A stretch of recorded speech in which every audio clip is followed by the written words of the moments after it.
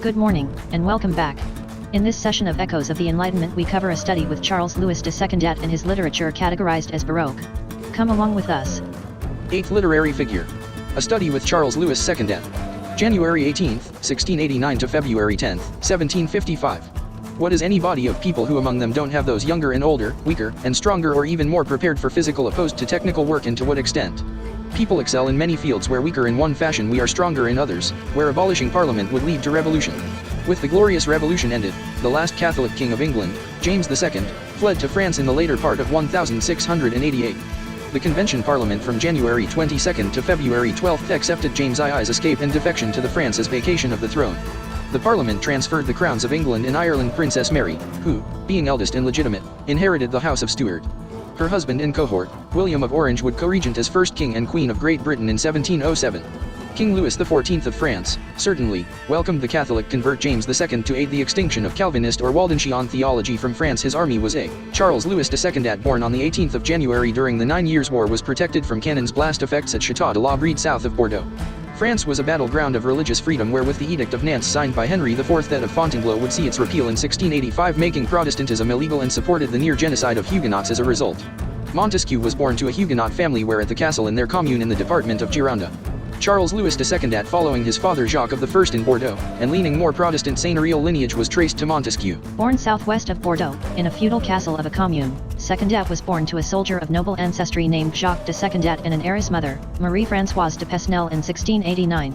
His Huguenot family, as others would, influenced the Reformed Church of France through Calvinism, which was the progenitor of Presbyterianism and Congregationalism. Between Catholics and Protestants was a knock-down, drag-out fight where no one knew if that day was their last. The Edict of Fontainebleau in 1685 reversed that of Nantes in 1598, where afterward Protestantism in France was illegal and persecuted to near extinction during Secondat's lifetime.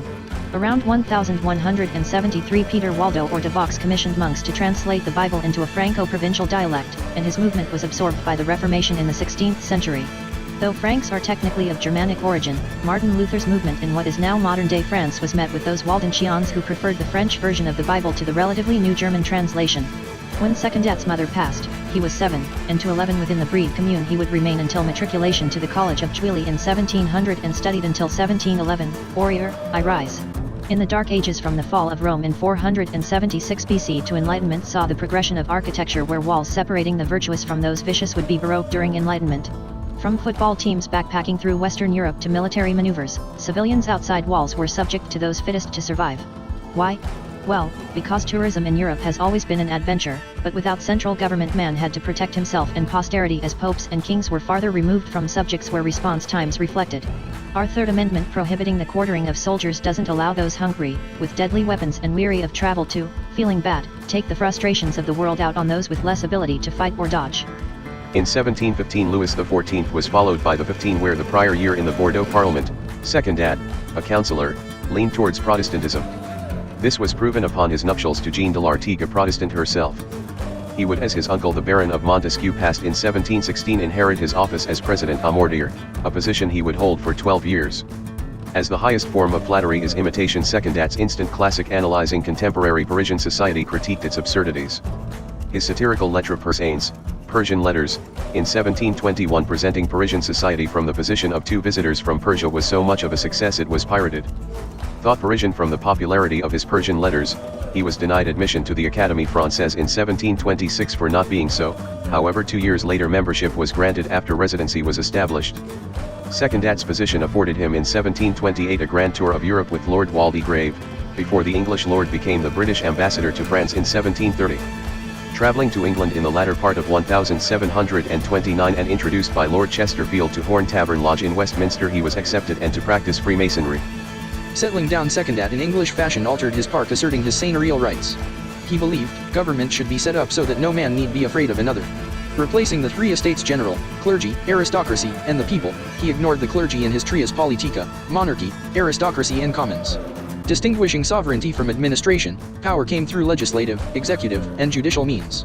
By 1731 he was back in La Brède as a squire, and not just any squire, but with his seigneurial lineage traced, a Montesquieu or Montesquieu. Montesquieu wrote Considerations on the Causes of the Greatness of the Romans and Their Decline in 1734, where primary sources analyzed for the day and communicated resulted in literature categorized as Baroque. His master work, The spirit of law in 1748 was banned by the Catholic Church in 1751, but it influenced thought of the founding fathers in drafting our nation's constitution. On the index of prohibited books, the spirit of law was highly acclaimed throughout Europe and in particular England and America after its translation. Charles de Secondat from a Bordeaux commune leaned toward Protestantism, where with seignorial rights, on Montesquieu and Freemasonry he structured our society. That's all we have for you this session. Up next we have a study with Francis Marie Araud, better known as Voltaire. We will see you then. Thank you for your time and consideration.